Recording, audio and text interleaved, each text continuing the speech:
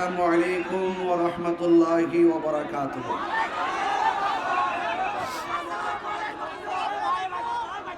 الصلاة والسلام عليك سيدي يا رسول الله.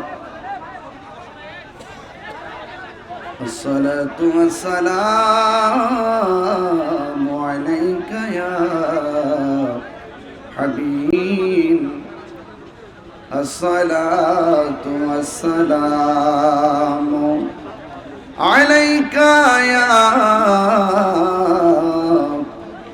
رحمة للعالمين.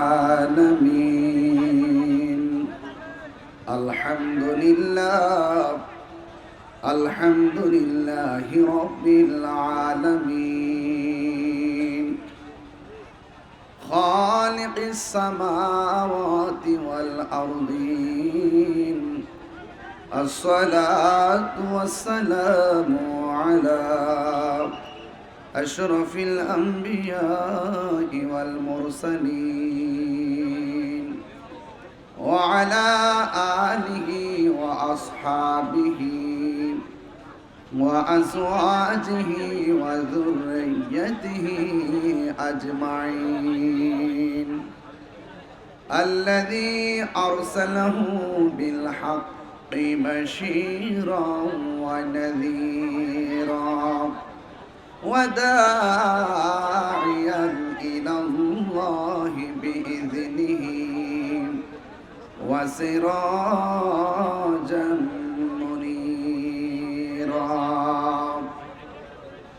إن الله وملائكته يصلون على النبي يا أيها الذين آمنوا صلوا عليه وسلموا تسليما. اللهم صل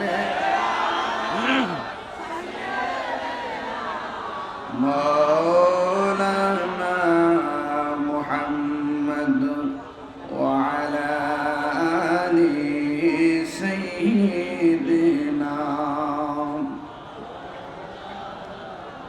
দরদ মাখা কণ্ঠে পড়ি আল্লাহুম্মা সাল্লি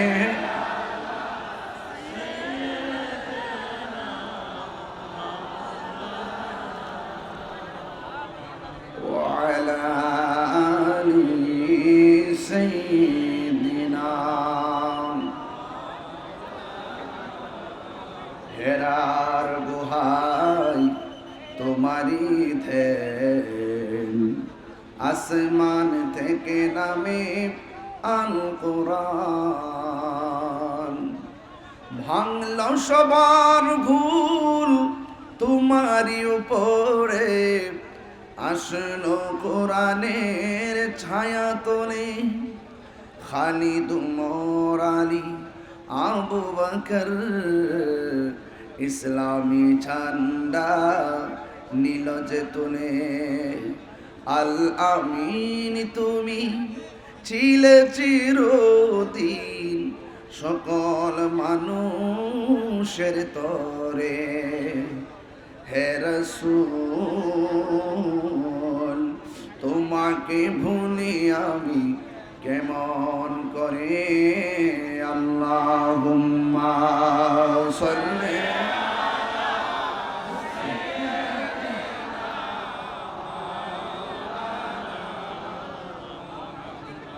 وعلى آل سيدنا।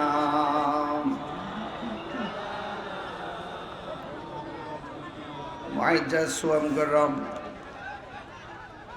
ধামুর ইউনিয়নবাসীর উদ্যোগে হাজী সমীর উদ্দিন উচ্চ বিদ্যালয় প্রাঙ্গণ, আটোয়ারি পঞ্চগড়ের বিভিন্ন দিক দিগন্ত থেকে ছুটে আসা আল্লাহ প্রেমিক, রাসূল প্রেমিক, মুরব্বী বাবারা, নওজোয়ান ভাইয়েরা, 21তম ওয়াজ ও দোয়ার মাহফিলের সম্মানিত সভাপতি জনাব মোহাম্মদ রফিকুল ইসলাম সাহেব, আজকের মাহফিলে প্রধান আকর্ষণ, প্রধান অতিথি আন্তর্জাতিক খ্যাতি সম্পন্ন মুজাহিদ আহলুস সুন্নাহ, যার সাথে আমি অনেক মাহফিল করেছি। আপনাদের এলাকার, আপনাদের এই জেলার, সারা বাংলাদেশের গর্বিত সন্তান মুজাহিদ আহলুস সুন্নাহ। যত মাহফিল আমি করি, সমস্ত মাহফিলে আপনাদের এই সন্তান আমার মাহফিলে প্রধান অতিথি থাকে। এখানে হুজুরের নামটা সবার আগে দেওয়া দরকার ছিল, এখন আর অতিথি হইল। তারপরও এটা সারা বাংলাদেশের মানে ফেসবুকেও তোমার পোস্টারটা যায়। এটা আমাদের যে আমরা যে আদব লালন করি, সেই লালনের জায়গা থেকে কিছু প্রশ্ন থেকে যায়। এটা আপনাদের গর্ব। আল্লামা আলহাজ মুফতি উসমান গনি সালি হুজুর মাদ্দাজিল্লাহুল আলী, আল্লাহ পাক হুজুর হায়াতের মধ্যে বরকত দান করুন, আমিন পড়েন। আজকের মাহফিলে আমার ডানে বামে অনেক উলামায়ে কেরাম বসে আছেন। বিশেষ করে পাকেরহাট ইসলামিয়া কামিল মাদ্রাসার প্রিন্সিপাল হুজুর সারা মানে অনেক শ্রম, অনেক কষ্ট দিয়ে এত বড় একটি ধর্মীয় বিদ্যাপীঠ কামিল মাদ্রাসা, সাধারণ চারটাখানি কথা না, খেদমত করতেছেন। আজকে আমার সাথে গাড়িতে আমরা একসাথে বসেছিলাম হুজুরের সাথে।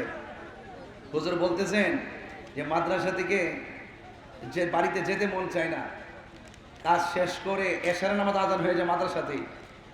এটি হলো দ্বীনের প্রতি দরদ, মাদ্রাসার প্রতি দরদ, তাই না? হুজুরও বসে আছেন আমার ডানে বামে, অনেক পীর মাশায়েখ উলামায়ে কেরাম বসে আছেন। সবার প্রতি আমি শ্রদ্ধা নিবেদন করছি যে আল্লাহ রাব্বুল আলামিন এই বৈরী আবহাওয়ার মাঝেও এই মাহফিলটা যখন আমাকে দাওয়াত করা হয়েছিল, যখন এই মাহফিলটার প্রচার প্রসারের কেবলমাত্র শুরু করার কথা ছিল, ঠিক ওই মুহূর্তে শিলাবৃষ্টি, মানে খুব ভয়ঙ্করভাবে আপনাদের এলাকায় শিলাবৃষ্টি হয়েছিল। অনেক ক্ষতিগ্রস্ত আপনারা হয়েছেন। আমাকে হুজুর জানিয়েছেন, হুজুর বলতেছেন যে এত ক্ষতি মানুষের হয়েছে, মন চাচ্ছে যে সব কিছু উজাড় করে দিয়ে মানুষের পাশে দাঁড়ানো। এখন এই মুহূর্তে মাহফিল কিভাবে কি করি? আমি বলছি যে হুজুর আসলে তো বিপদ, মাহফিল যদি না হয় তাহলে আমাকে জানাবেন। আর বিপদ তো আসলে আজকে আপনাদের বিপদ, কালকে আমারও তো হতে পারে। এরপর আল্লাহ রহমতে আপনারা স্বতঃস্ফূর্ত অংশগ্রহণ, যে যিনি বৃষ্টি দিয়েছেন, যিনি শিলাবৃষ্টি দিয়েছেন, ফসলের ক্ষতি হয়েছে, বলেন ফসল দেওয়ার মালিককে। আমরা এই মাহফিল কমিটি সর্বোচ্চ যে রব আমাদেরকে পরীক্ষা করতেছেন, আমাদেরকে পরীক্ষা করছেন, সেই রবের যে সুমহান কার্যক্রম, মানুষকে দিনের মেসেজ দেওয়ার যে কার্যক্রম, এটা আমরা শত পরীক্ষা আমরা পড়লো, এই মাহফিলটাকে আমরা ইনশাল্লাহ ধরে রাখবো। আল্লাহ যেন এই উসিলায় আমাদের ফসলের মধ্যে বরকত দান করে। এরকম বিপদ আপদ আল্লাহ যেন আমাদেরকে হেফাজত করে, সকল বলেন আমিন। তো আপনারা বুঝতে পারতেছেন, আপনাদের দৃশ্যমান ক্ষতিগ্রস্ত আপনারা হয়েছেন এই শিলাবৃষ্টির কারণে। এখন মাহফিল কমিটিরাও তো যেইভাবে কালেকশন করার দরকার ছিল, ওনারা কিন্তু করতে পারে নাই, এবং কিভাবে যে যাবে এই বিবেকও বাধা দিয়েছে। সেই জন্য 10-এর লাঠি 1-এর বোঝা। আমাদের কি একটা মাহফিল করলে সর্বোচ্চ 50 জন বা 30 জন লোক আমাদেরকে সহযোগিতা করে। একটা মাহফিল করলে এমনই তো হয়, আর বেশি কিছু না তো, হয়তো বা 60 জন 70 জন। আর মাহফিল কিন্তু হাজার হাজার মানুষ আসে।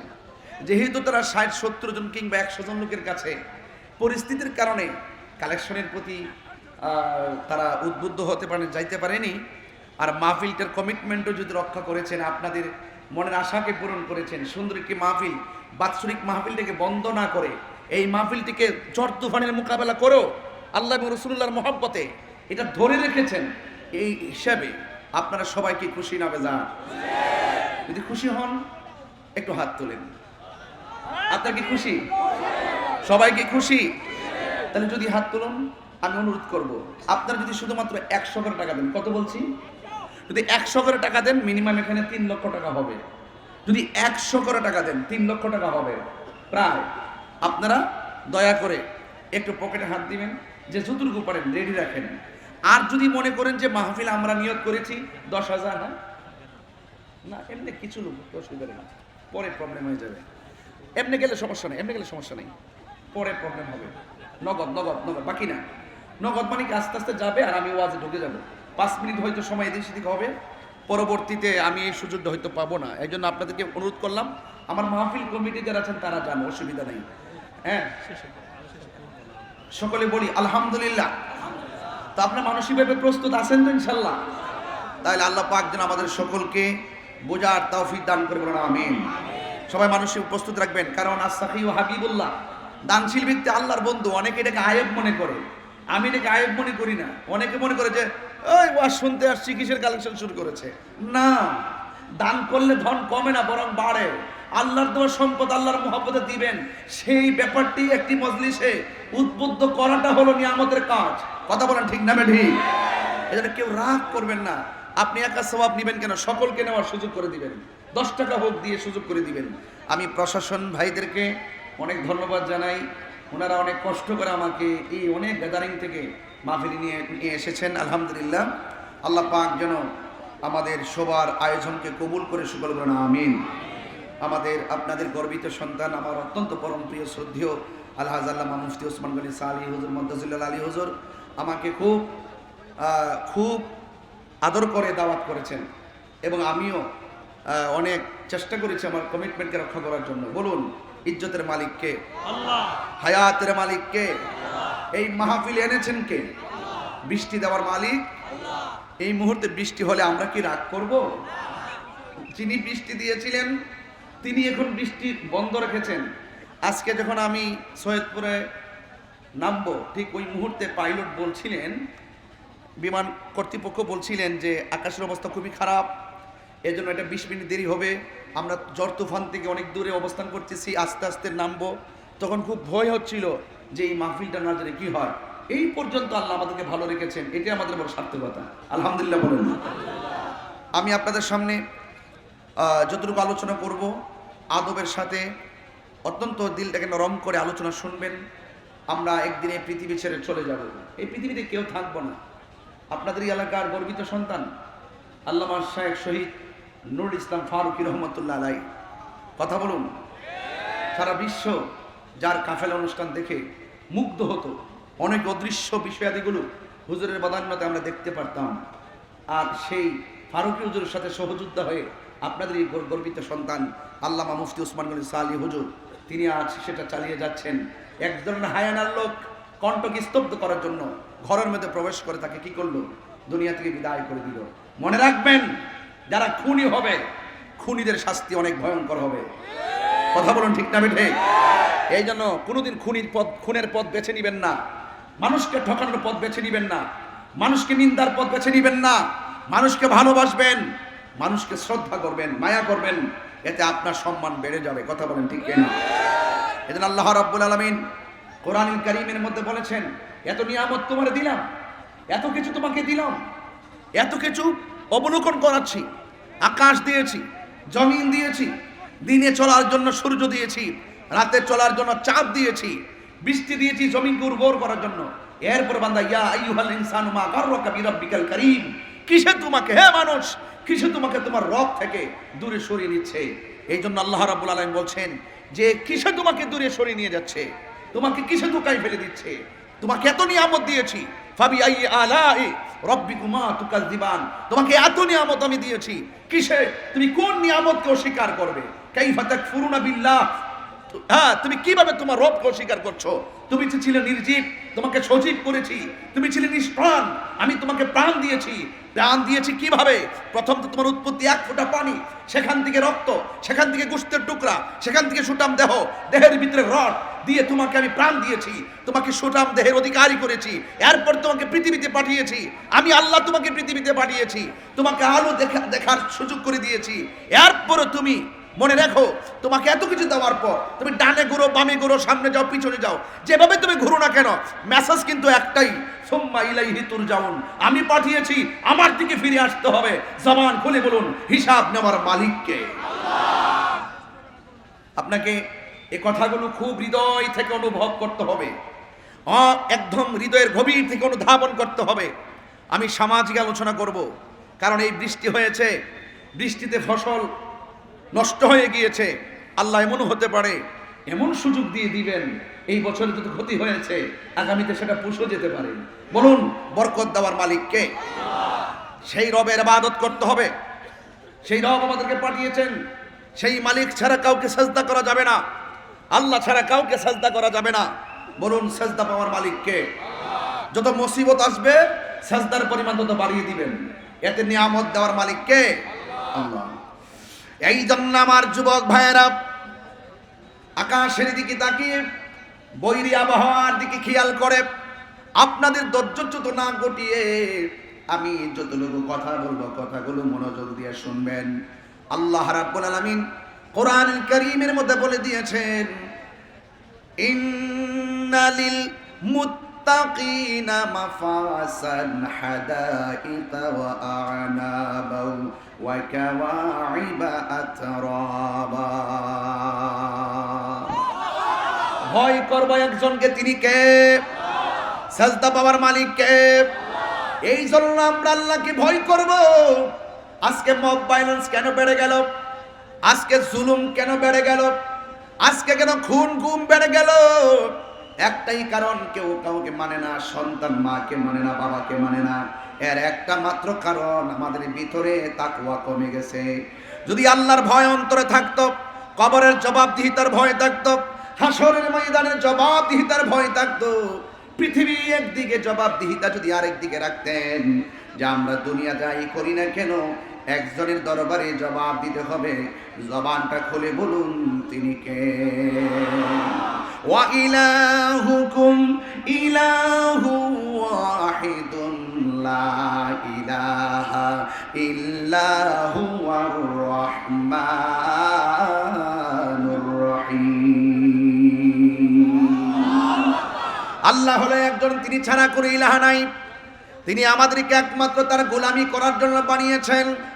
যিনি রহমান, তিনি রহিম, তিনি ছাড়া আর কোনো ইলাহা নাই। সেই মহান রবের ইবাদত করতে হবে। আল্লাহ রাব্বুল আলামিন কোরআনের মধ্যে বলে দিয়েছেন, ওয়া মা খালাকাতুল জিন্না ওয়াল ইনসা ইল্লা লিয়াবুদুন। আল্লাহ বলে, আমি মানুষ এবং জিন জাতিকে বানিয়েছি একমাত্র আমি আল্লাহর গোলামি করার জন্যে। নামাজের মাধ্যমে যার গোলামি হয়, রোজার মাধ্যমে তার গোলামি হয়, যাকাতের মাধ্যমে তারই গোলামি হয়। আল্লাহ রাব্বুল আলামিন আমাদেরকে আশরাফুল মাখলুকাত বানিয়েছেন, সৃষ্টির সেরা জীব বানিয়েছেন, কথা সত্য। কিন্তু এই কোরআন সাক্ষী দেয়, মানুষের মধ্যে এমন কিছু মানুষ আছে সবার শ্রেষ্ঠ, আবার মানুষের মধ্যে কিছু মানুষ আছে পশুর চাইতে আরো নিকৃষ্ট। কথা বলেন ঠিক কিনা? যদি আল্লাহর কাছে শ্রেষ্ঠ থাকতে চান, আল্লাহর কাছে যদি উৎকৃষ্ট হতে চান, তাইলে আপনাকে আল্লাহর বেঁধে দেওয়া যে বিষয়, আল্লাহ যে আমাদেরকে বেঁধে দিয়েছেন, এই পথে চলো, এই পথে চলিও না। মা আতাকুমুর রাসূলু ফাখুযুহু ওয়া মা নাহাকুম আনহু ফান্তাহু। আল্লাহ রাব্বুল আলামিন যা কিছু আমাদের জন্য কল্যাণকর বলেছেন তা আমাদেরকে গ্রহণ করা লাগবে, আর যা থেকে নিষেধ করেছেন তা থেকে আমাদেরকে দূরে থাকা লাগবে। এখন আমি পঞ্চগড়, ধামুর ও টুয়ারির মানুষদেরকে প্রশ্ন করতে চাই, আল্লাহ রাব্বুল আলামিন আমাদের জন্য যা কিছু বলেছেন করো, কল্যাণকর করতে হবে, যা থেকে নিষেধ করেছেন তা থেকে আমাদেরকে দূরে থাকতে হবে। এই জন্য আপনারা বলেন, মাদকের রাস্তাটা কি ভালো রাস্তা না খারাপ রাস্তা? আরো জোরে বলুন। হারাম রাস্তা কি ভালো না খারাপ? তাইলে আমরা হারামও বুঝি, হালালও বুঝি, বুঝার পর আমরা হালাল ধরতে চাই না, হারামের জন্য আমরা ব্যস্ত হয়ে পড়লাম। বলছে ঘুষ খাওয়া যাবে না, বেশি বেশি করে বান্দা ঘুষ খায়। বলছে সুদ খাওয়া যাবে না, অনেক বান্দা বেশি বেশি মজা করে আরো সুদ খায়। বলা হয়েছে মাদক সেবন করিও না, আরো বেশি বেশি করে মাস্তানি করে মাদক সেবন করে, আছে না নাই? খবরদার, না না না না। আল্লাহ রাব্বুল আলামিন আমাদেরকে অনেক মায়া করে বানিয়েছেন। আল্লাহ বলেন, ফি আইয়ি সূরাতিন মা শাআ রাক্কাবাক। আল্লাহ রাব্বুল আলামিন আমাদেরকে এত সুন্দর করে বানিয়েছেন, আল্লাহ যেমন করে চেয়েছেন। আল্লাহ রাব্বুল আলামিন এই যে পৃথিবীর এত সুন্দর দেখতেছেন, সবুজ গাছগাছালি সব কিছু আল্লাহ রাব্বুল আলামিন আমাদের জন্য, বান্দাদের জন্য সৌন্দর্য মণ্ডিত করে দিয়েছেন। আল্লাযী খালাকাকা ফাসাওয়াকা ফাআদালাক। আল্লাহ রাব্বুল আলামিন সব কিছুকে সুন্দর করে সৌন্দর্য মণ্ডিত করে দিয়েছেন একমাত্র বান্দাদের জন্য। হ্যাঁ বান্দা, খবরদার খবরদার, আল্লাহ ছাড় দেন বলে মনে করো না হিসাব নিবেন না। আল্লাহ ছাড় দেয় কিন্তু ছেড়ে দিবেন না। যাররা যাররা পরিমাণ হাসরের ময়দানে হিসাব নিবেন আমার আল্লাহ। যাররা যাররা পরিমাণ হিসাব নিবে আমার আল্লাহ। একটা ইঞ্চি একটা যাররা পরিমাণে দিক করা হবে না। যদি তুমি নেক কাজ করো প্রতিদান দেওয়া হবে, আর যদি বদ কাজ করো বদ কাজের প্রতিফল দেওয়া হবে। এই জন্য আমার নবী, আপনার নবী বলেন, আমি যখন মেরাজের মধ্যে গিয়েছিলাম, মেরাজের মধ্যে যাওয়ার পর আল্লাহ রাব্বুল আলামিন অনেক আমাকে আযাব দেখিয়েছেন, অনেক আযাব আল্লাহ আমারে দেখিয়েছেন। আমি দেখেছি সব চাইতে কঠিন আযাব হলো কবরের আযাব। জবান খুলে কোন আল্লাহু আকবার। সবচাইতে কঠিন আযাব হলো কবরের আযাব। কবর আযাব বড় ভয়ঙ্কর। আমার নবী, আপনার নবী বলেন, কবর হলো আখিরাতের প্রথম মঞ্জিল। এই কবর যার ভালো হয়ে যাবে, হাসরের ময়দান তার জন্য সহজ হয়ে যাবে। কবর কাহার জন্য জাহান্নামের গর্ত, আবার কবর কাহার জন্য জান্নাতের বাগান। এই জন্য আমার যুবক ভাইরা, হালালের পথ বেছে নেবেন, নিয়ামতের পথ বেছে নেবেন, ন্যায়ের পথ বেছে নেবেন, ইনসাফের পথ বেছে নেবেন, আল্লাহ পাকের ইবাদতের পথ বেছে নেবেন, দয়াল নবীর মহব্বতের পথ বেছে নেবেন, আউলিয়া কেরামের সোহবতের পথ বেছে নেবেন, মা বাবার খেদমতের পথ বেছে নেবেন।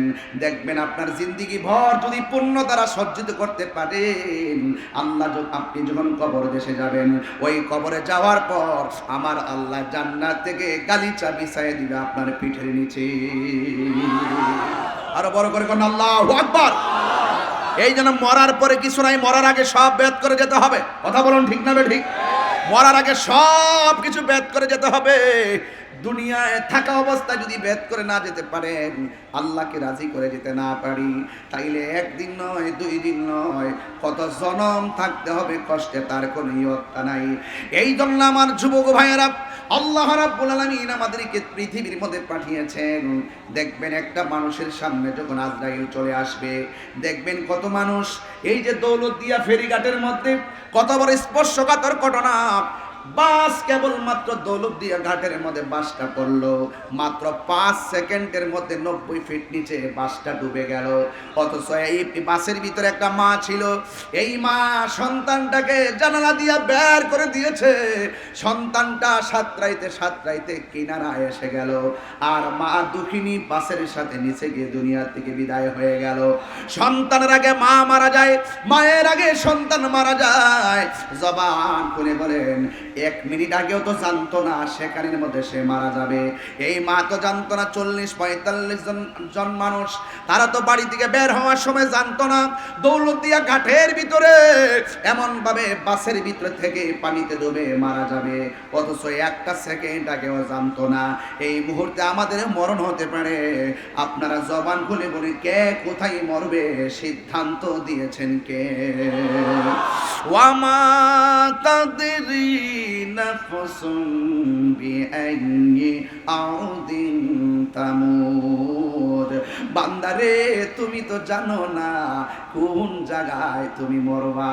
এই জন্য সব সময় ওযু রাখবেন আপনার শরীরে। রাতের বেলা ঘুমাবেন, ওযু কইরা রাতের বেলা ঘুমাবেন। আল্লাহরে বলবেন, আল্লাহুম্মা বিসমিকা আমুতু আহিয়া। ও আল্লাহ, আমি যদি ঘুমিয়ে গেলাম আর ঘুমের ঘরে যদি আমাকে মরণ দাও, ওযু কইরা ঘুমাইলাম, ওযু অবস্থায় আমারে মরণ দিও। আল্লাহ, তুমি যদি আমারে মরণ দিবা, পবিত্র অবস্থায় মরণ দিও। আমার দেশের সোনার ছেলেরা অনেকেই প্রস্রাব করে ঢিলা গ্রুপ ব্যবহার করে না, অনেকেই পবিত্র থাকতে চায় না। অথচ বলা হয়েছে আত-তুহুরু শাতরুল ঈমান, পবিত্রতা হলো ঈমানের অর্ধেক। এই জন্য আপনাদের সকলকে অনুরোধ করে বলবো, সব সময় পবিত্র থাকবেন আর রাতের বেলা ওযু করে ঘুমিয়ে যাবেন। এমন হতে পারে ঘুমের ঘরেও আজরাইল আসতে পারে কি পারে না? আজরাইল অনেক ভয়ঙ্কর। আজরাইল যখন আসবে অনেক ভয়ঙ্কর। যদি ঈমান না থাকে বুঝবেন সাকরাতুল মাউত। আর রূহ নেওয়ার সময় তো কষ্ট হবেই, কিন্তু রূহটা নেওয়ার সময় আজরাইলের বিকট চেহারা যখন আপনাদের এই এলাকায় ধামুর যখন এসে আপনার ঘরের দরজায় যখন আজরাইল দাঁড়িয়ে যাবে, আটোয়ারি এসে যখন ঘরের দরজায় আজরাইল দাঁড়িয়ে যাবে, আপনার যদি ঈমান না থাকে, সহিহ আমল যদি না থাকে, আজরাইল দেখলে বুঝবেন কত ভয়ঙ্কর। আজরাইল দেখা মাত্রই আপনার রগগুলো ছিঁড়ে যাবে, হাড্ডিগুলো খুলে যাবে, রক্তগুলো পানি হয়ে যাবে। কেউ আজরাইলকে দেখে জিহ্বার মধ্যে কামড় মারবে, কেউ আজরাইলকে দেখে দুইটা চোখ উল্টিয়ে দিবে, কেউ আজরাইলকে দেখে পায়খানা প্রস্রাব করে বাসিয়ে দিবে। এত ভয়ঙ্কর হবে সাকরাতুল মাউত। ওই সময় মানুষ তৃষ্ণার্ত হয়ে যাবে। 7 সমুদ্র 13 নদীর পানি যদি মুখের মধ্যে ঢেলে দেওয়া হয়, এক ফোঁটা তৃষ্ণাও মিটবে না। এমন একটা ভয়ঙ্কর অবস্থা হবে সাকরাতুল মাউতের সময়।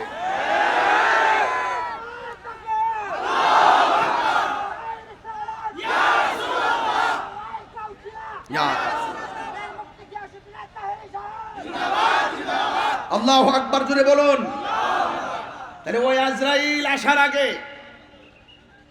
একদম ডান বাম তাকাবেন না, নীরব থাকবেন, কোন আওয়াজ নেই, দিকে একটু তাকিয়ে থাকুন। বলুন এই মুহূর্তে আমাদের মৃত্যু আসতে পারে কি পারে না? এই মুহূর্তে আমাদের মৃত্যু হতে পারে। যেই কোনো মুহূর্তে আজরাইল আমাদের সামনে চলে আসবে। আজরাইল আসার আগে আমাদের সকলকে কি করতে হবে? সোজা হতে হবে, সোজা।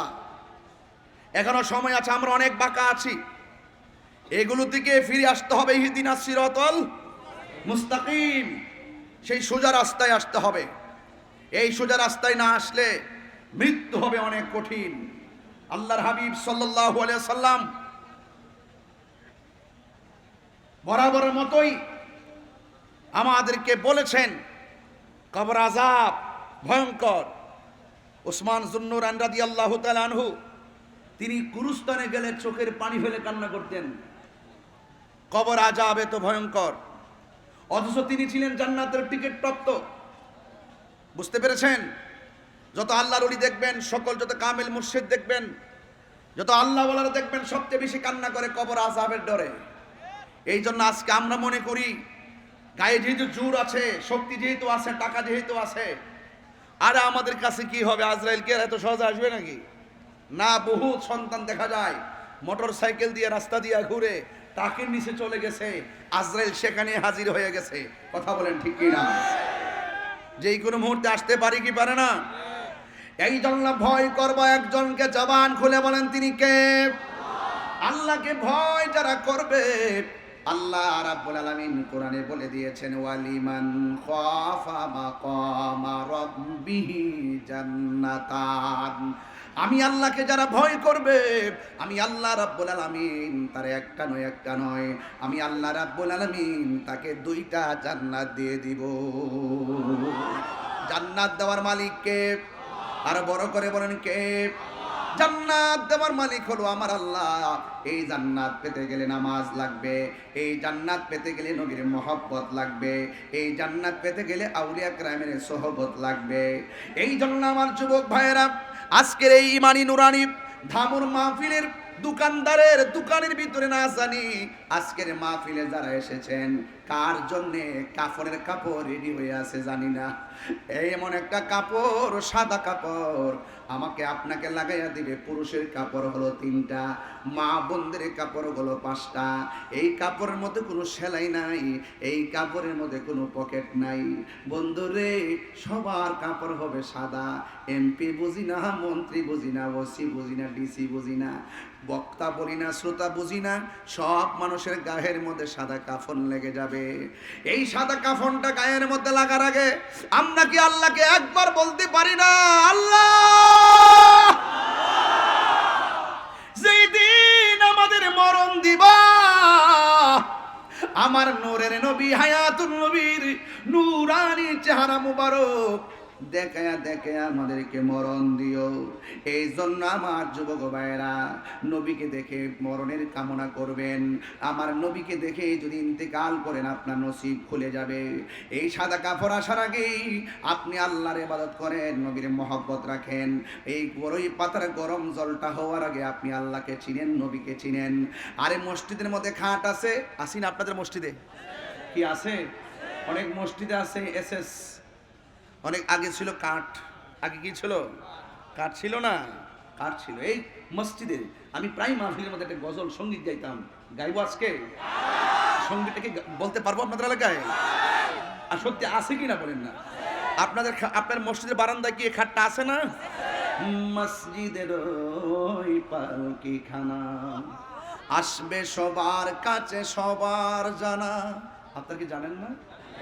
জানলে এই খাটটা দেখলেও তো অন্তত মসজিদে পড়ে থাকতে মন চায়, বলেন না? মসজিদের ওই পালকিখানা আসবে সবার কাছে, সবার জানা।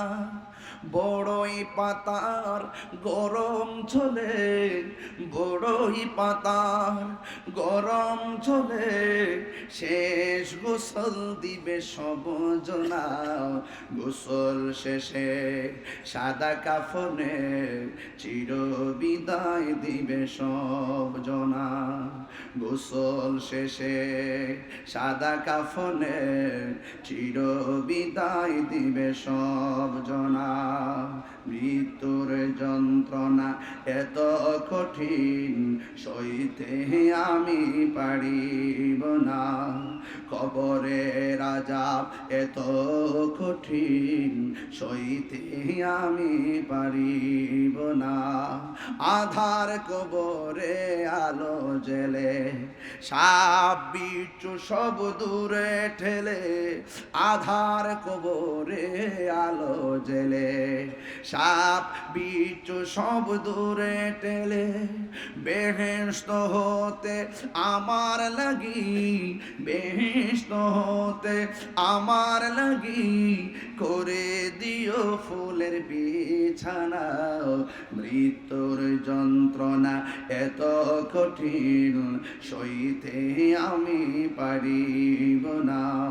কবরের আযাব এত কঠিন সইতে আমি পারিব না। ও গো দয়াময় হে রহিম, ও গো দয়াময় হে রহিম, চাই যে তোমার করুণা। মৃত্যুর যন্ত্রণা এত কঠিন সইতে আমি পারিব না। জোরে জোরে কি আল্লাহু আকবার বলা যাবে না? দয়ার মালিককে একটু প্রাণ খুললা রবের ডাক দিয়া কোন তিনবার কোন আল্লাহ।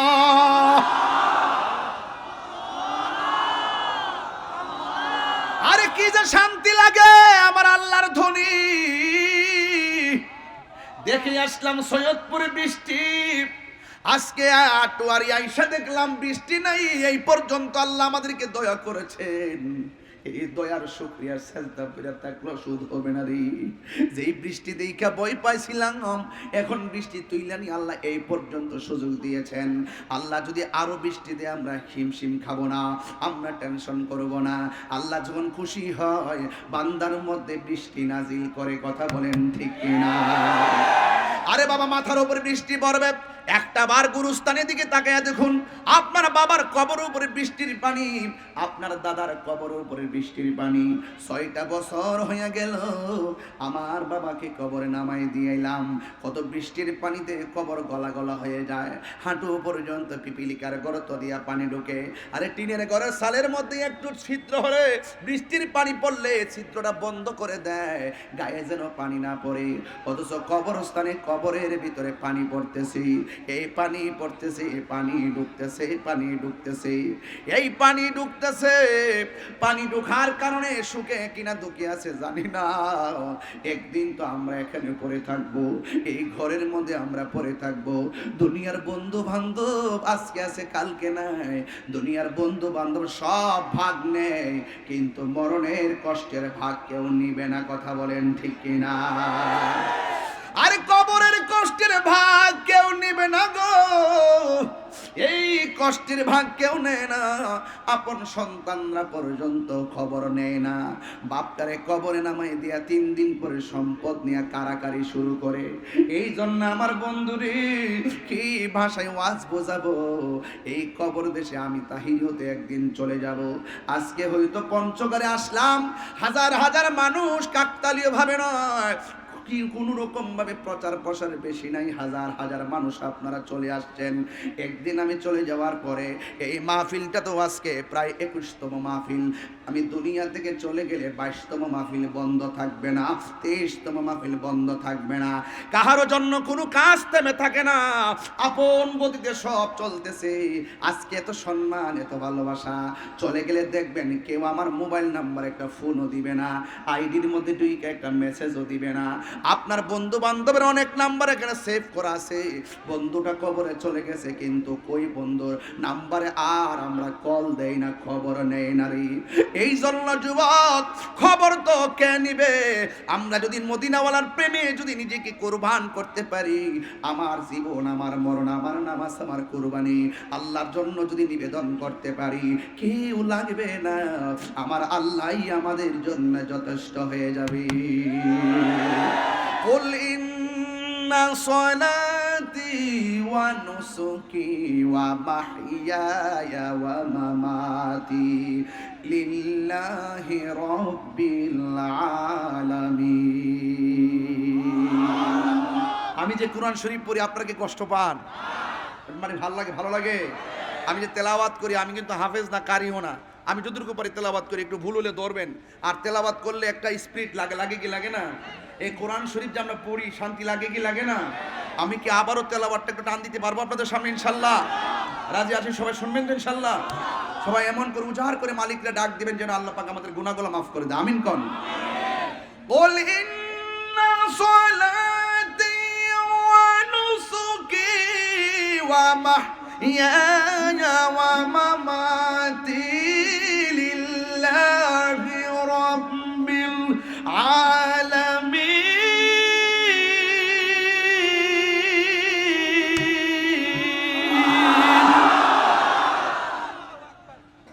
শান্তি লাগছে? নামাজ পড়ব কার সন্তুষ্টির জন্য? আমার নামাজ, আমার কুরবানি, আমার জীবন, আমার মরণ একমাত্র আল্লাহ দিয়েছেন, আল্লাহর জন্য আমরা সব করব।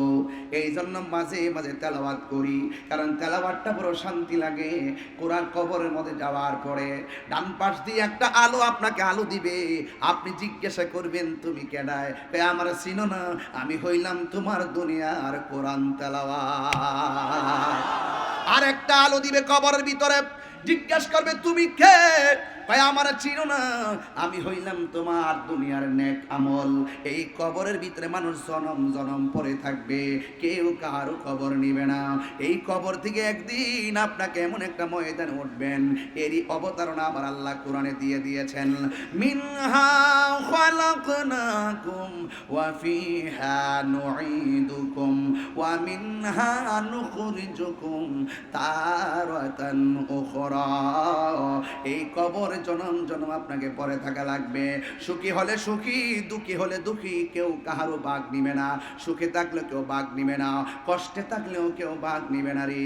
আল্লাহর হাবিব বলে, আমি যখন মেরাজের মধ্যে গিয়েছি, আমি দেখেছি সবচাইতে ভয়ঙ্কর আযাব হলো কবরের আযাব। গুরুস্থানের একেটো মাটি বাইনা করে রাখে রে, এখনই তোর আসতে পারে চলে যাওয়ার ডাক। ওরে মন,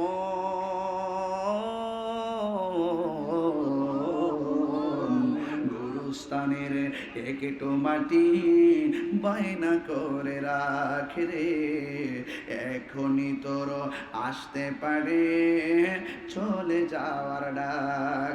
কাঁদিস না মন শিশুর মতো, এমনই তো হয়। এই তো জীবন অন্যের দেয়া, তোর তো জীবন নয় রে, তোর তো জীবন নয়। খাঁচার ভিতর প্রাণের ময়না, চিরদিন আর আপন রয় না, হঠাৎ করে পালিয়ে যাবে একটু পেলে ফাঁকে রে, গুরুস্থানের একটু মাটি বায়না করে রাখে রে, এখনই তোর আসতে পারে চলে যাওয়ার ডাক। আসতে পারে কি পারে না? ওরে মন, গুরুস্থানের একটু মাটি বায়না করে রাখ। ও আটোয়ারির বাবারা, টাকা দিয়া গুরুস্থানের মাটি কিনলেই হবে না, কবরস্থানের কবরের জায়গা বাইনা করা লাগবে ঈমান আর আমল দিয়া। যার ঈমান আমল ভালো হবে, কবরের মাটি তার সঙ্গে ভালো ব্যবহার করবে। কথা কোন ঠিক কিনা বলেন? গাঞ্জা মদ ইয়াবা বাবা ট্যাবলেট খাইলে কি কবর আযাব থেকে বাঁচা যাবে? হায় হায়, খবরদার, জবানকে পবিত্র করতে হবে, আত্মাটারে ঠিক করতে হবে, মুনাফিকি বন্ধ করতে হবে। আঙ্গতে শুধু মুনাফিক নাই, আছে মুনাফিক আছে না নাই? আপনি হয়তো জানেন না, আমি আসার আগে কত মানুষ রাস্তাঘাটে কথা কইছে। কিছু আছে, কিছু লোক আছে না, ওই এরে দাওয়াত করছে, মানে কত কথা বলছে দোকানে বসে বসে। আবার খবর নিয়ে দেখবেন এরাই ফাঁকে ফাঁকে বসে রয়েছে। হ্যাঁ, কথা কি সঠিক? কথা সঠিক, এরাই ফাঁকে ফাঁকে বসে রয়েছে। আমি বদদুয়া করি না, আপনি বলেছেন বলুন, একটু কাছে আসেন, কাছে এসেন, কথা বলেন, সামনে বসেন, হয়তো আমাকে বুঝে আপনার দলে নেন, নাহলে আপনি বুঝে আমার দলে আসেন। এর চাইতে কি সুন্দর কথা আর পঞ্চগড়ে আছে? হয়তো আমাকে বুঝে আপনার দলে নিবেন, নাইলে আপনি বুঝে আমার দলে আসবেন। এর চাইতে বড় সমীকরণ আমার কাছে নাই। আরে বাবা, মানুষ হিসেবে তো ভুল হতে পারে, পারে কি পারে না বলেন? কিন্তু মুনাফিকি করবেন না। মুনাফিকি করলে কিন্তু অবস্থা ভয়ানক হবে। মুনাফিক ও লন্ডন থেকে এসে মুনাফিকি করে না, মুনাফিক হয় আপনার ঘরের সাথে। ঘরের সাথে আপনার মেয়ে একটা গোল্ডেন এ প্লাস পেলো, স্কুল কলেজে আপনার মেয়েকে পুরস্কার দেওয়া হলো, আর আপনার ঘরের সাথে যে ছেলেটা আছে, যে মানুষটা আছে, সে বলতেছে গোল্ডেন এ প্লাস পাইছে, মেডেল দিতেছে, নকল করে এনাহাস করছে।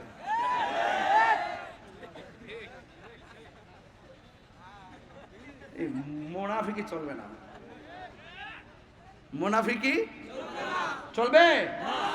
মুনাফিকদের জায়গা জাহান্নামের উপরে না নিচে? ইন্নাল মুনাফিকিনা ফিদ দারকিল আসফালি মিনান নার।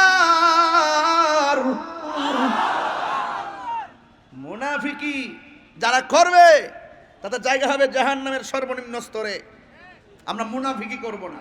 মুনাফিক, আরে কাফের তো খারাপই, মুনাফিক আরো ভয়ঙ্কর খারাপ। কথা বলুন ঠিক কিনা? মুনাফিক কিনা? আমরা এখন সবাই কি করতে চাই? আমরা সবাই যা বলবো ওপেন বলবো, গোপনে নয়, কাহারও অগোচরে নয়, সরাসরি বলো। আমাকে তো ফেসবুকে কেউ যদি উল্টা পাল্টা বলে, আমি পরিষ্কার ভাষায় রিপ্লাই দিয়ে আপনার আম্মাকে আমার সালাম দিবেন। যখন এই কথাটা লিখে দিই তখন তার মুখ দিয়ে আর কথা আসে না। তবে একটা কথা মনে রাখবেন, খারাপের পরিবর্তে খারাপ ব্যবহার নয়, খারাপের পরিবর্তে ভালোবাসা দিয়ে আপনি তাকে কাছে টেনে নেবেন ইনশাআল্লাহ। কথা ঠিক আছে কিনা বলেন? এই জন্য যেহেতু আমরা চলেই যাব, পৃথিবীতে আজীবন থাকবো না, চলেই যেহেতু যেতে হবে, এই জন্য আমরা এত অভিমান করে লাভ নাই। এ কণ্ঠ আমার জীবনে বহুত দেখেছি, মাটিতে বসে বসে ওয়াজ শুনেছি, এই মাহফিলের ইতিহাস শুনেছি, অনেক উলামায়ে কেরাম এই মাহফিলে এসেছেন। এটা একটি ঐতিহ্যবাহী জায়গা, যেখানে অনেক আলেমদের বিচরণ হয়েছে, অনেক আলেমরা চলে গিয়েছে। কথা কি সঠিক বলতেছি? কেউ পৃথিবীতে থাকবেন, আজকে আপনার ক্ষমতা আছে, আপনার জোর আছে, আপনার একটা অবস্থান ভালো আছে, কাউকে নিন্দা করবেন না। আপনি ভালোবাসবেন, আপনি তাকে ভালোবাসা দিবেন, ভালো ব্যবহার করবেন, তাইলে দেখবেন আপনার উপর আল্লাহর রহমত নাজিল হবে। কথা বলেন ঠিক কিনা? এই জন্য আমার যুবক ভাইয়েরা, আমি বলেছি আল্লাহর হাবিব সাল্লাল্লাহু আলাইহি ওয়াসাল্লাম বলেন, কবরের ভিতরে বেনামাজির জন্য 3টা শাস্তি হবে। এর মধ্যে 1 নম্বর শাস্তি যার হবে, কবরটা 2টা প্রশস্ত হয়ে যাবে। ডান পাশের মাটি এক প্রান্তে যাবে, বাম পাশের মাটি আরেক প্রান্তে যাবে। 2 পাশের মাটি এসে তোমার গায়ের মধ্যে এমন জোরে চাপা মারবে, ওই কবরে মানুষটা আমার আল্লাহর ডাক দিয়া বলবে, আল্লাহ, আগে যদি জানতাম নামাজি হইয়া কবরে আসলে এমন শাস্তি হবে, জিন্দেগিতেও আর নামাজ ছাড়তাম না, আল্লাহ আরেকবার দুনিয়াতে পাঠাও, ভালো করে নামাজ পড়বো।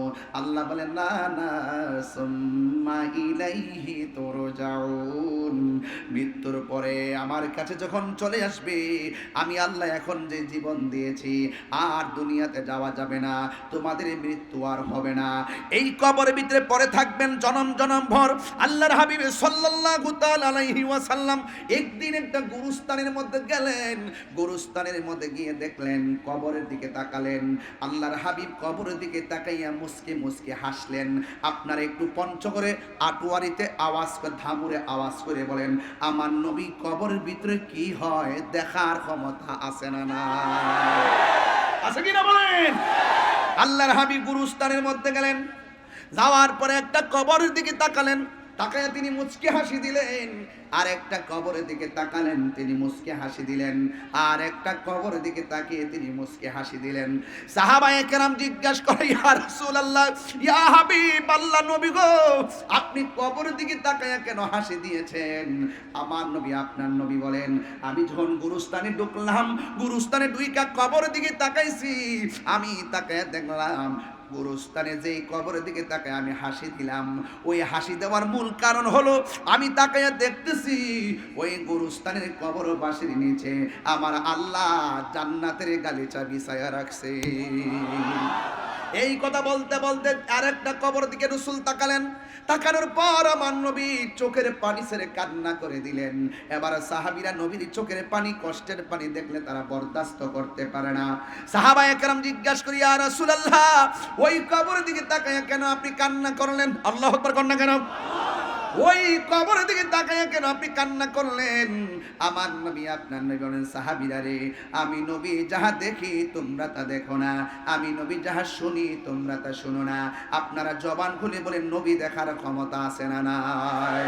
ওয়ামা ইয়াস্তাবিল আহইয়াউ ওয়ালাল আমওয়াত ইন্নাল্লাহা ইউসমিউ মান ইয়াশা। যারা জিন্দা যারা মুর্দা তারা এক হতে পারে না। আজকে যে আটোয়ারির মানুষ মাহফিলের মধ্যে এসেছেন, ধামুর জমিনের মাহফিলে এসেছেন, আল্লাহ যদি বাঁচিয়ে রাখে আবার বাড়িতে যাবেন, কিন্তু আপনার বাড়ির পাশে গুরুস্থান, আপনার দাদা যে গেছে 6 বছর হয়ে গেছে আজও ফিরে আসে নাই। আর আমি যদি আমার বাবার কথা বলি, 6 বছর পার হয়ে গেল, আমার বাবা তো আজও ফিরে আসে নাই। কত মানুষ দেখি কিন্তু বাবার মতো কাউরে দেখি না। আল্লাহ কয়, ইন্নাল্লাহা ইউসমিউ মান ইয়াশা, আল্লাহ যারে ইচ্ছা করে তারে সেই কবরের আযাব দেখার ক্ষমতা দান করে রে। ও বন্ধুরে, যারা জিন্দা যারা মুর্দা তারা এক হতে পারে না। এই জন্য আমার যুবক ভাইয়েরা, আমার নবী, আপনার নবী কবরের দিকে তাকাইয়া কান্না করলেন। সাহাবীরা বললেন, ইয়া রাসূলুল্লাহ, কাঁদলেন কেন? কাঁদলে তো আমরা বড় কষ্ট লাগে, আমরা বড় চিন্তিত হয়ে যাই, আপনার ব্যথা সহ্য করতে পারি না। এবার আমার নবী, আপনার নবী বলেন, সাহাবীরা, আমি নবী যাহা দেখি তোমরা তা দেখো না, তাড়াতাড়ি বাজারের মধ্যে যাও, বাজারের মধ্যে গিয়ে একটা এলান করে দাও। আল্লাহু আকবার কর না কেন? একটা এলান করে দাও, এই গুরুস্থানের মধ্যে যত মানুষ আপনজন শুয়াইছে, প্রত্যেকটা গার্ডিয়ান যেন গুরুস্থানে আসে। ভাইকে যদি শোয়ায় ভাই যেন আসে, সন্তানকে যদি শোয়ায় মা যেন আসে, মাকে যদি শোয়ায় তাহলে যেন সন্তান আসে। সবাই যার যার আপনজন যার যার কবরের পারে আসার এলান করে দাও। সাহাবায়ে কেরাম বাজারে গেলেন, যাওয়ার পরে এলান করে দিলেন, এই গুরুস্থানের মধ্যে যাদেরকে শোয়াইছেন তাদের অভিভাবক যারা আছেন, বেঁচে আছেন, তারা কবরের পারে দাঁড়াবেন। এলান করেছেন রহমাতুল লিল আলামিন। এবার সাহাবায়ে কেরাম যখন এলান করলেন, সব মানুষগুলোর কানের মধ্যে বার্তা পৌঁছে গেল। এই বন্ধুরে, সব মানুষের কানে বার্তা পৌঁছে গেল। আর সাহাবায়ে কেরামদের মনের মধ্যে একটা আকাঙ্ক্ষা তৈরি হলো। আল্লাহর হাবিব সব কবরের দিকে তাকায়া হাসলো। এই কবর পারে কে দাঁড়াবে চিন্তার কোনো কারণ নাই, কিন্তু যেই কবরের দিকে তাকাইয়া আল্লাহর হাবিব চোখের পানি ফেলে কান্না করেছেন, এই কবরের পারে কে দাঁড়ায় আমাদেরকে দেখা লাগবে। সব সাহাবীরা লাইন ধইরা দাঁড়ায়া রইছে এই কবরের পারে কে আইসা দাঁড়ায় দেখার জন্য। এবার অন্যান্য কবরের পাশে দাঁড়ায়া দাঁড়ায়া সব আপনজনরা দাঁড়ায়া রইছে, আর যেই কবরের দিকে তাকাইয়া রাসূল কান্না করেছেন এই কবরের দিকে মানুষ এখনো আসে নাই। সাহাবায়ে কেরাম বলে এখনো কেন আসে নাই? হঠাৎ করে একটু সময় যাইতেছে, আর ওই মুহূর্তে আমার নবী আপনার নবীও তাকায় রইলেন এই কবরের পারে কে আইসা দাঁড়ায়। হঠাৎ করে আমার নবী তাকায় দেখতেছেন এই কবরের পারে অন্য কোনো জোয়ান মানুষ দাঁড়ায় নাই, একটা বৃদ্ধা মহিলা লাঠিটা হাতের মধ্যে ভর কইরা ওই কবরের পারে এসে দাঁড়ায় গেছে। আল্লাহর হাবিব ডাক দিয়া বলে, মা ও মা, সবাই আগে আগে আসলো, আপনি এত পরে কেন আসলেন?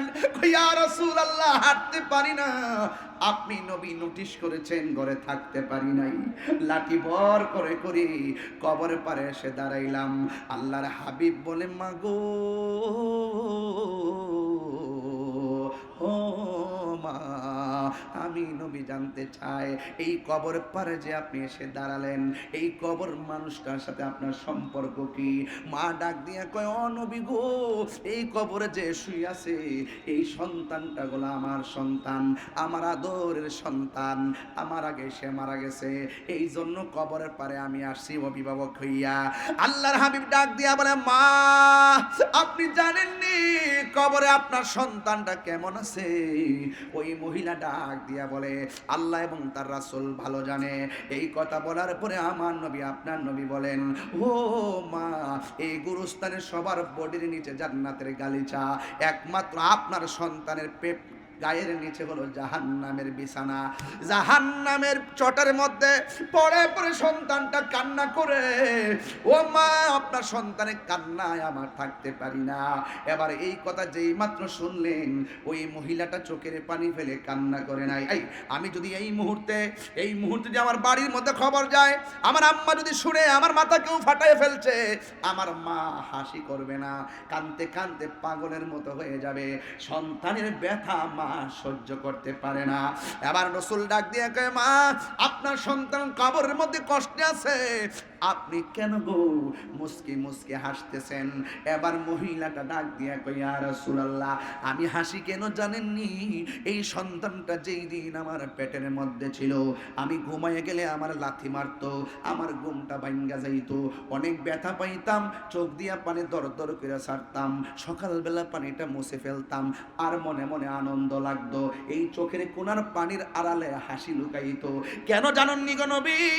সন্তান যদি পেটের মধ্যে না নড়াচড়া করে, মা মনে করে সন্তানটা মনে মরা হইয়া পড়ে আছে, আর সন্তান লাথি মারলেও কষ্ট লাগলেও মা মনে মনে কয় আমি লাথি খাইলে খাইছি, আমার পোলাটা তো পেটের মধ্যে জিন্দা আছে।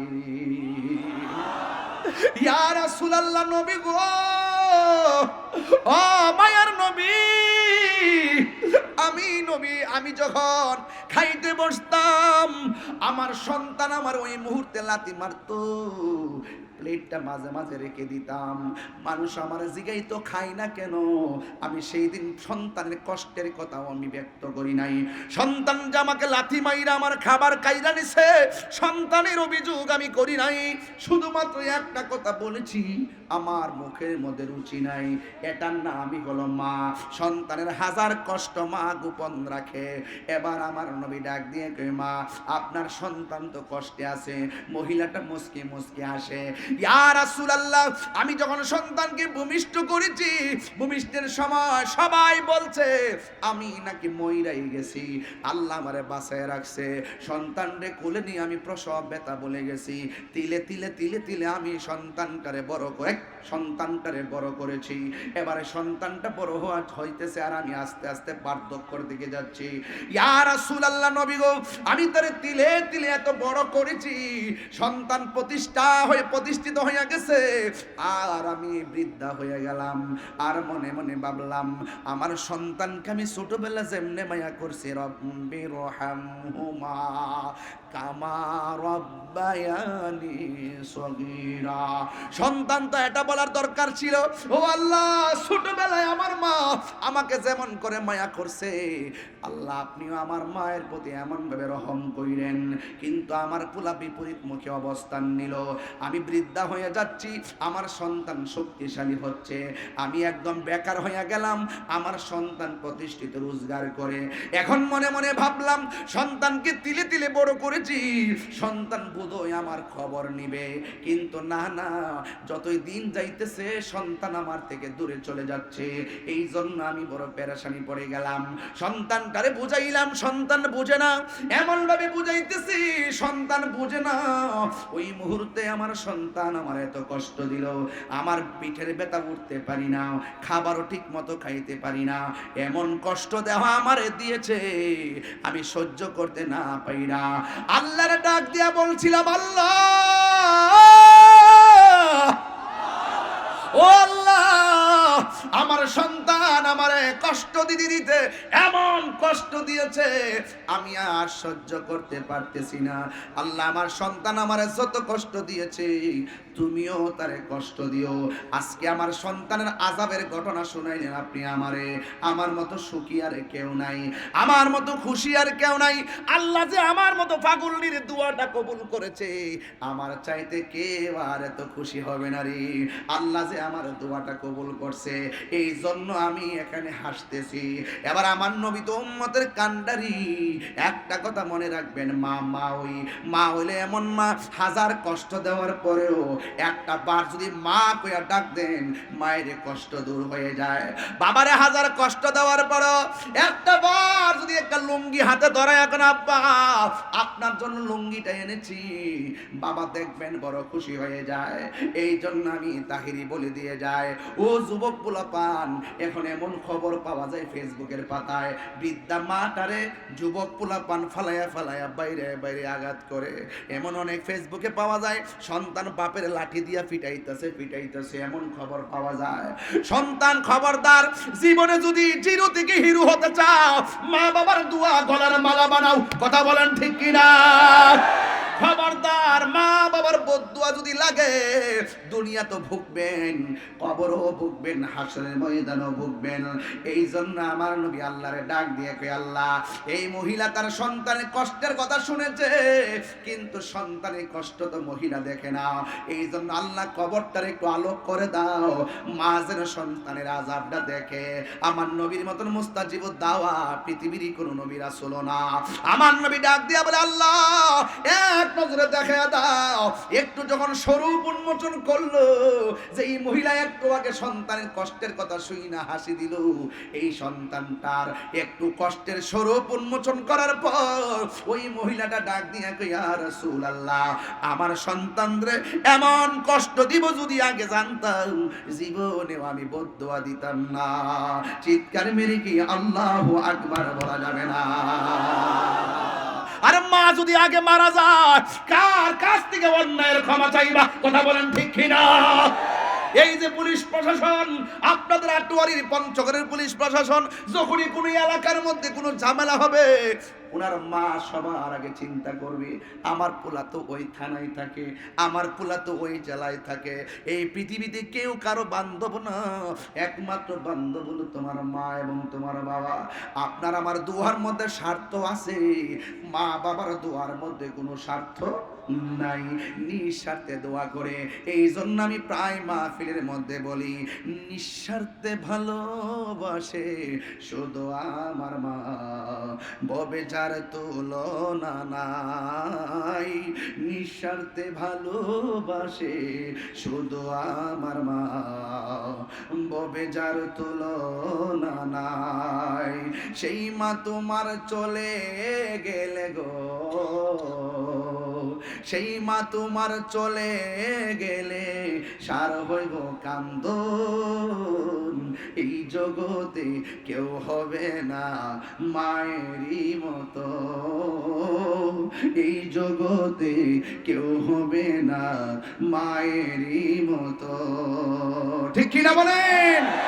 যার মা নাই সে কারে বাড়িতে গিয়া মা বলে ডাক দিব, আমার বাবা নাই বাড়িতে গিয়ে আমি কারে বাবা কইয়া ডাক দিব? খবরদার পোলাপান, এক সেকেন্ডের জন্য যদি তাহিরির ওয়াজ এক সেকেন্ডের জন্য যদি আমার ওয়াজ আজকে ভালো লেগে থাকে, আজকে খোলা আকাশের নিচে জমিনের উপরে উলামায়ে কেরামদেরকে সামনে রেখে, পীর মাশায়েখদেরকে সামনে রেখে ওয়াদা করতে হবে আমরা জীবনে কোনোদিন মা বাবার মনে কষ্ট দিব না। যেই পিশাব বলবে মা বাবার খেদমত লাগতো না, এটা পিশাব না, এটা অভিশাপ। ওই মা বাবার খেদমত আমরা চাই কি চাই না? আরো বড় করে বলেন, চাই কি চাই না? কারা কারা চান দুই হাত তুলে দেখান ইনশাআল্লাহ।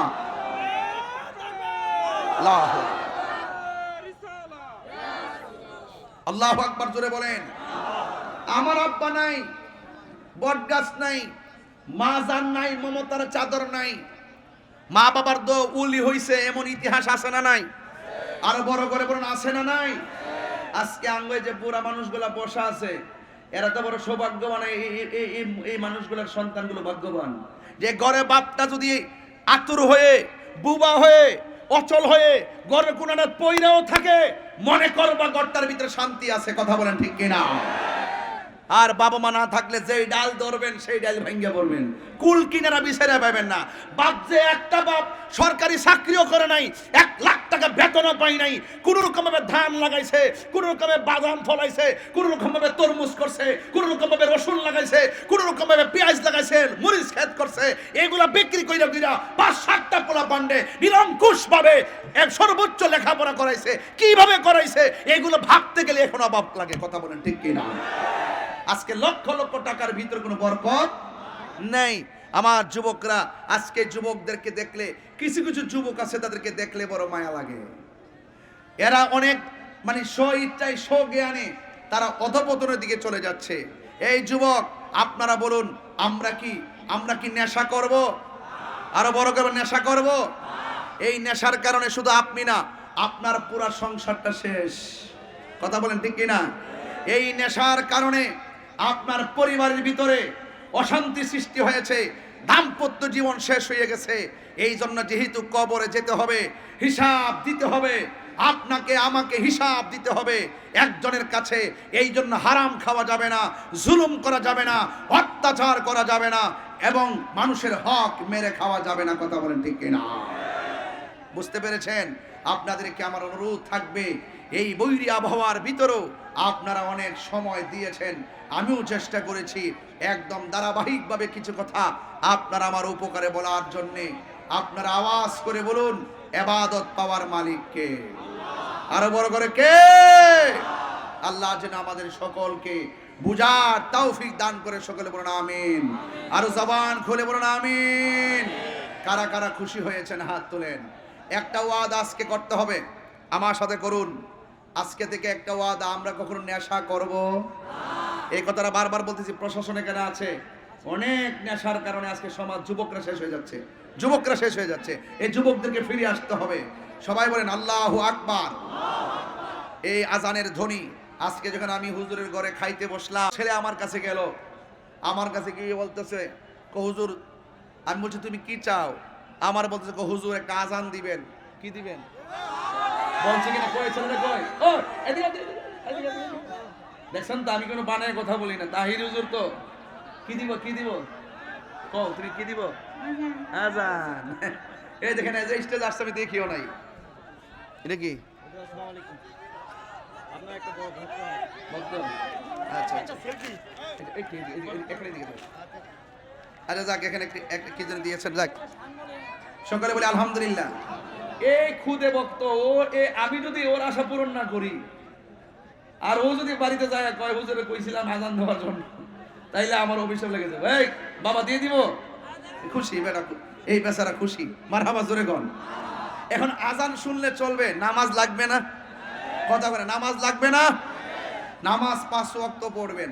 আমি আজানটা ওই শুধুমাত্র এই ছোট্ট বাবুর কারণে, ও হঠাৎ করে ওর মেজাইয়া বলতেছে যে হুজুর আজান দিবেন। আমি মনে মনে ভাবছি যে না, ওর রিকোয়েস্টটা রাখবো ইনশাল্লাহ। সবাই একটু মহব্বতে আজানটা শুনবেন। যখন আমি ধ্বনিগুলো বলবো, আপনারা তখন আল্লাহু আকবার বলবেন। পারবেন না ইনশাল্লাহ?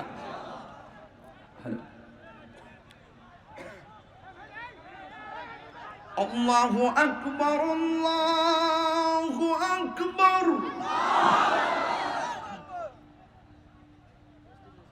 আপনারা দাঁড়িয়ে আছেন কেন? কি আশ্চর্য! এই দেখুন, আপনারা বসুন বসুন বসুন বসুন। এই দাঁড়িয়ে আছেন কেন? আবার দেই, হ্যাঁ। আল্লাহু আকবার, আল্লাহু আকবার,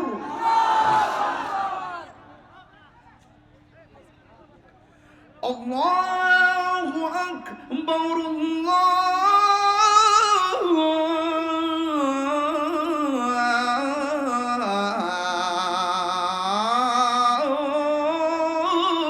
আল্লাহু আকবার।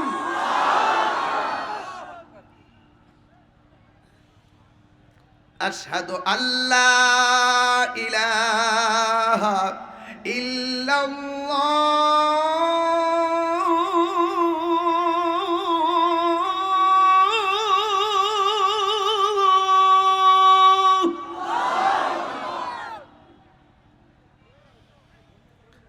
আশহাদু আল্লা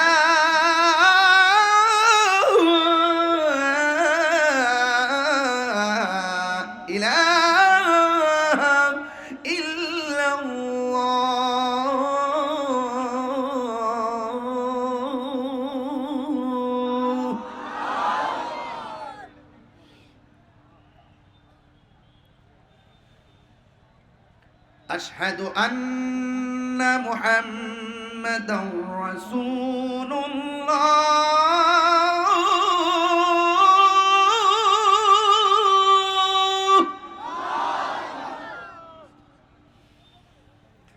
আশহাদু আন্না মুহাম্মাদার রাসূলুল্লাহ।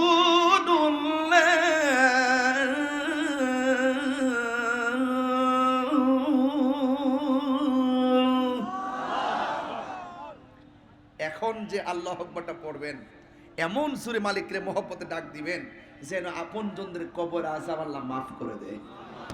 রেডি আছেন নি আপনারা? হাইয়া আলা সালাহ,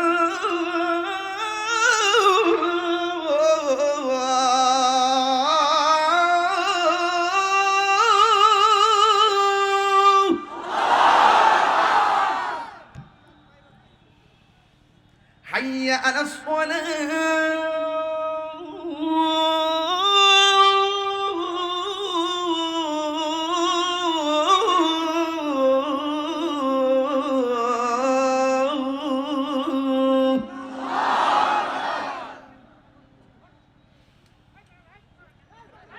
حي على الفلاح،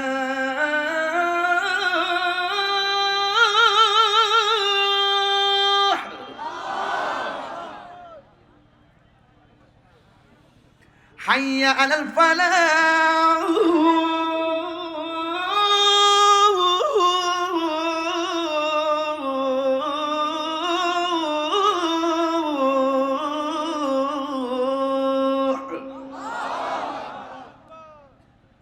ফজরে দিব না এশা দিব? এই জন্য আমি মাঝে মাঝে কথা বলতেছি, কেউ যেন ঘুমের ঘর থেকে বুঝতে না পারে এটা ফজরের আজান। কারণ সন্ধ্যাবেলা যিনি মরে গেছে সকালে ফতোয়া দেওয়া শুরু করবো যে আমি ঘুমাইছিলাম ফজরে আজান দিয়ে মনে করছি ফজরের আজান, আমার ঘুম ভেঙে গেছে বলে আমার অভিশাপে যাইতে হইব। এজন্য ঘুমিয়ে আছেন, এটা ওয়াজে দেওয়া হচ্ছে, এগুলো প্রশিক্ষণের আজান, প্রশিক্ষণ স্বরূপ, ঠিক আছে না? ফজর না? আসসালাতু খায়রুম মিনান নাওম,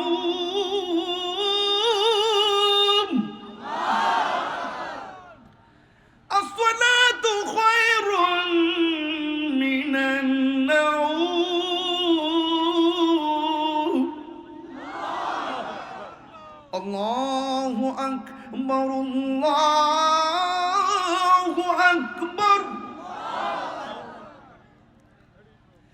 লা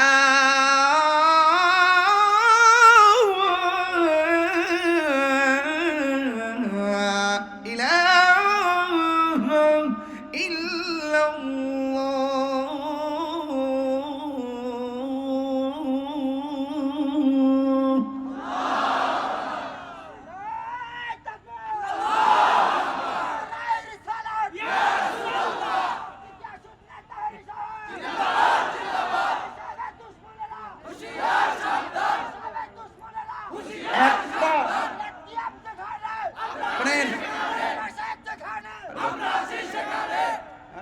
প্রশ্ন।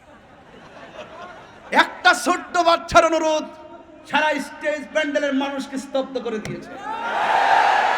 আল্লাহু আকবার ধ্বনি শুনে মানুষের হৃদয় শান্ত হয়ে গিয়েছে, অস্থির মন স্থির হয়ে গিয়েছে। এই বাবুটার জন্য দোয়া করবেন, আল্লাহ যেন তাকে মর্তে মুজাহিদ হিসেবে কবুল করে, আমিন বলুন। একটু মোবাইল আছে আপনাদের হাতে, নামাজ লাগবে তো একটু কন। নামাজকে বলো না কাজ আছে, কাজকে বলো আমার নামাজ। একটু মোবাইলে ফ্ল্যাশটা জ্বালান তো দেখি কেমন লাগে আপনাদেরকে, একটু জ্বালান তো দেখি। আপনার এলাকায় তো অনেক মোবাইল, অনেক, মাশাআল্লাহ। নামাজকে বলো না কাজ আছে, কাজকে বলো আমার নামাজ আছে। নামাজ বিহীন পারে কি জবাব দিবে তুমি প্রভুর কাছে?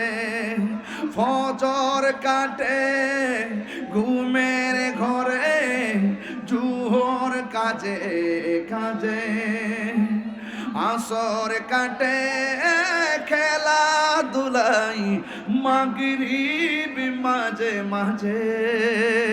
নামাজকে বলো না কাজ আছে, কাজকে বলো। নামান নামান নামান, মাশাআল্লাহ মাশাআল্লাহ। এই যে মোবাইল আলো করছেন না, নামাজ পড়বেন, ঈমান তাজা রাখবেন, কবর এমনি আলো হয়ে যাবে। কথা বলেন ঠিক কি না? এই নামাজ আমরা চাই কি চাই না? হারাম খাওয়া যাবে?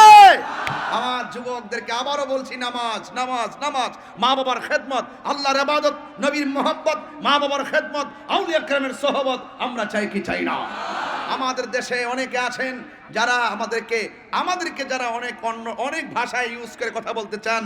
আজকের ওয়াজ আমি দায়িত্বহীন কণ্ঠে বলেছি, সাজদা পাওয়ার মালিক কে? রবের স্লোগান দিয়েছিলাম, আল্লাহু আকবার, আল্লাহু আকবার। আল্লাহ আমাদের সকলকে বুঝার তৌফিক দান করুন, আমিন। হ্যাঁ না, শান গাইলিছি একটা গজল।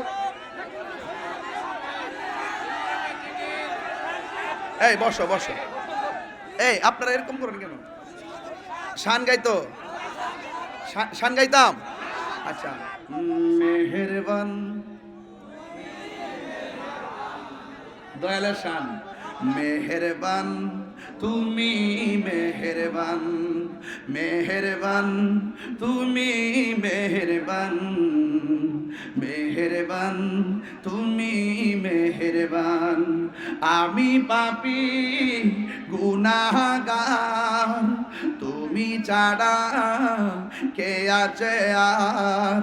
ক্ষমা করো ও গো প্রভু, তাওবা করি বারে বার। ইয়া রহিমু